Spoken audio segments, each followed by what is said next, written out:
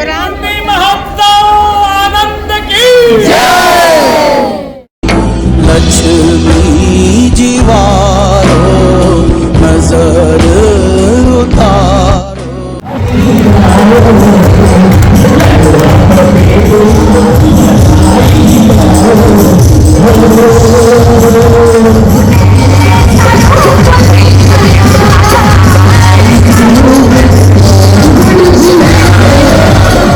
कान्हा की नगरी में स्थित वात्सल्य ग्राम में संपन्न हुआ षष्ठी पूर्ति महोत्सव। साध्वी ऋतंभरा दीदी माँ का जन्मदिन सन्यासियों ने जमकर मचाया धमाल। साध्वी ऋतंभरा दीदी माँ के 60 वसंत पूरे होने पर मनाया गया षष्ठी पूर्ति महोत्सव।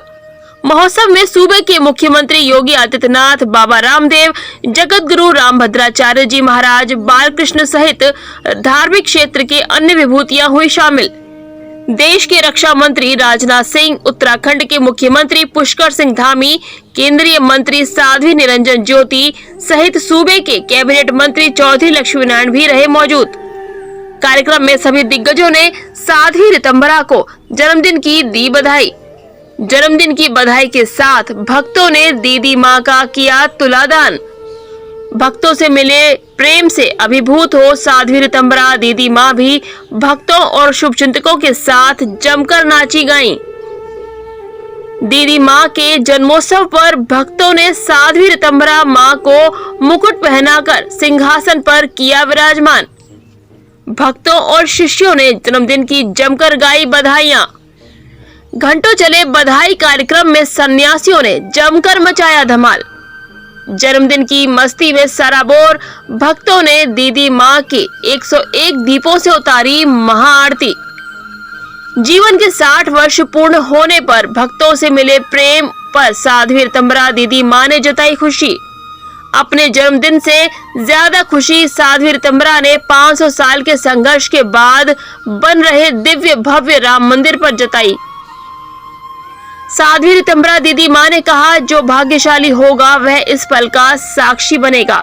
हम भगवान को चुन लें यह सामान्य बात है, लेकिन भगवान हमें चुन लें ये हमारे लिए सौभाग्य की बात है। इस मौके पर साध्वी ऋतंभरा ने उन कारसेवकों के बलिदान को भी याद किया, जिनकी तपस्या से 500 साल के संघर्ष से आज सभी राम भक्तों सनातनियों का सपना पूरा हुआ।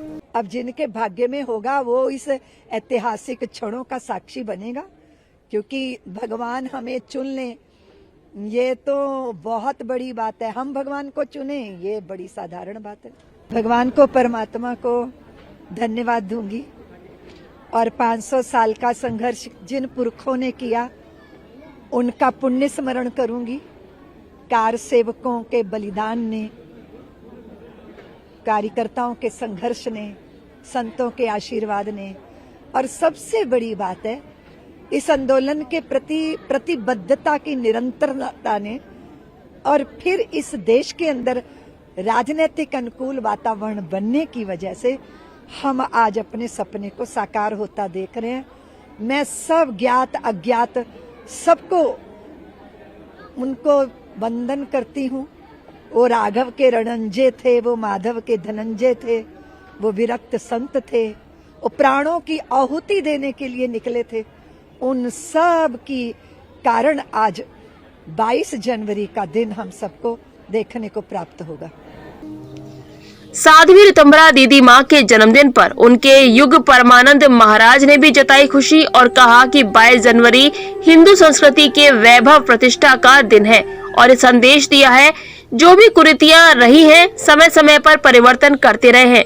परिवर्तन समाज की आवश्यकता है और प्रकृति यही संदेश देती है। स्वामी परमानंद महाराज ने साफ किया कि जो लोग राम मंदिर को नहीं पचा पा रहे हैं उनका हाजमा सही हो जाएगा धीरे धीरे। हिंदू समाज के वैभव की प्रतिष्ठा का दिन है और समाज में ये संदेश दिया है कि हमारा ही समाज है। बहुत हमारे यहाँ कुरीतियाँ थी जो हम परिवर्तन करते रहे हैं। हमारे हिंदू समाज में जड़ता नहीं है, तो जो अभी भी कोई परिवर्तन लायक है उनको परिवर्तित करते जाएंगे, क्योंकि समाज बदलना चाहिए। पेड़ पौधों में भी विज्ञान ने परिवर्तन किया, फलों में भी परिवर्तन किया, तो परिस्थिति के अनुसार मानव की सोच में भी परिवर्तन आना चाहिए। और भारत ने हमेशा संदेश प्रेम का दिया है, विश्व बंधुत्व का दिया है, तो कभी कभी दिया तले अंधेरा भी होता है। उनके लिए हम और कोई संदेश नहीं दे सकते। हजम नहीं होता तो हाजमा ठीक उन्हीं का हो जाएगा, धीरे धीरे हजम होने लगेगा। ठीक है।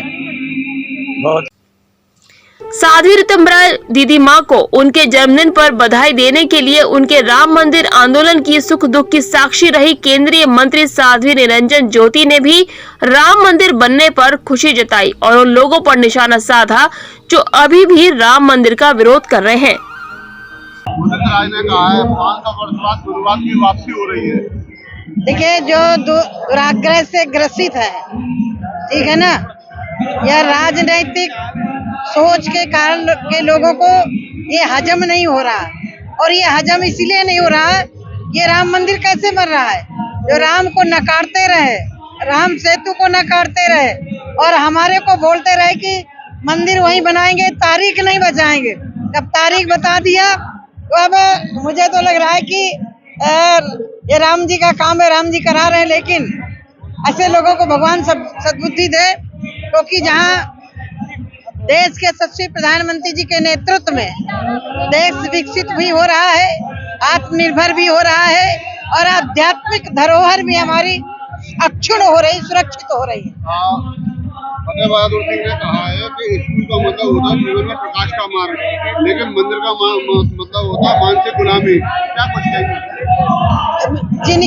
जिनकी गुलाम बनाने की मानसिकता है, ये उन्हीं की उपज है। मंदिर कभी गुलाम बनाने के दास्ता के नहीं रहे, मंदिर हमारे रास्ता प्रशस्त करने वाले रहे। अपने शाहजाद निमंत्रण पर ही सवाल उठा रहे हैं। अब उनसे तो उम्मीद नहीं की जा सकती ना, जब कार से पर गोलियां उनके पिता चलवा सकते हैं, उनसे क्या उम्मीद करना। 1 जनवरी को साध्वी ऋतंभरा दीदी माँ का जन्मदिन और 21 दिन बाद अपने रामलला को दिव्य व भव्य मंदिर में विराजमान होते देख साध्वी ऋतंभरा दीदी माँ के लिए 2024 का साल उनके जीवन का सबसे खास जन्मदिन होगा और तभी उनके भक्त व शिष्यों ने जन्मदिन को कुछ इस तरह से खास बनाया।